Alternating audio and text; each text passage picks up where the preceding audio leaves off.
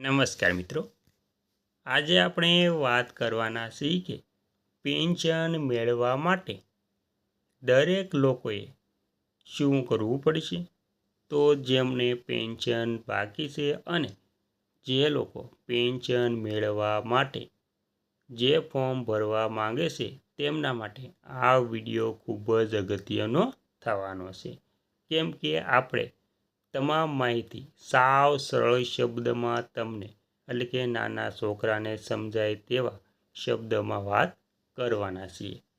તો આપણે સૌથી પહેલાં પેન્શન મેળવવા માટે પેન્શનરે શું કરવું પડશે અને જે પેન્શન મેળવવાનું છે તેના ફોર્મ ઓનલાઈન, ઓફલાઈન અથવા તો ઘરે બેઠા કેવી રીતે ફોર્મ ભરી શકશે, તેના માટે કયા કયા જરૂરી દસ્તાવેજોની જરૂર પડશે, તેની સંપૂર્ણ વાત આજે આપણે આ વિડીયો મારફતે કરવી છે. તેથી વિડીયોને અંત સુધી જોવા નમ્ર વિનંતી.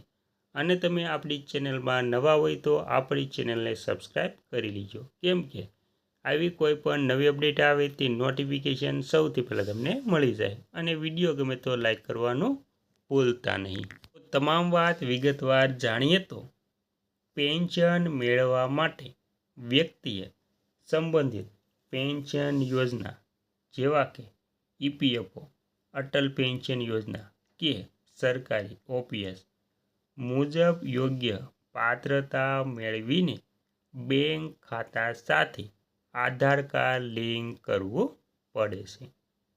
સમયસર જીવન પ્રમાણપત્ર જમા કરાવવું પડે છે અને નિયત ઉંમરે સત્તાવાર અરજી કરવી પડે છે.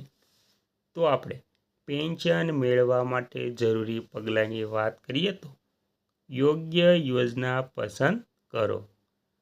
નોકરી કરતા લોકો માટે ઈપીએફ, ઈપીએસ અને અન્ય નાગરિકો માટે અટલ પેન્શન જેવી યોજનાઓમાં જોડાવવું પડે છે.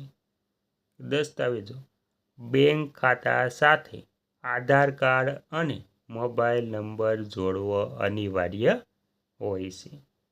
દસ્તાવેજો જેમ કે બેંક ખાતા સાથે આપણે આધાર કાર્ડ અને મોબાઈલ નંબર લિંક કર્યા પછી પીપીઓ અને મેળવો એટલે કે પીપીઓ નંબર મેળવવો પડે છે. તેમાં સરકારી કે ઈપીએફઓ નિવૃત્તિ વખતે મળતો પેન્શન પેમેન્ટ ઓર્ડર એટલે કે પીપીઓ નંબર સાચવવો જરૂરી બને છે.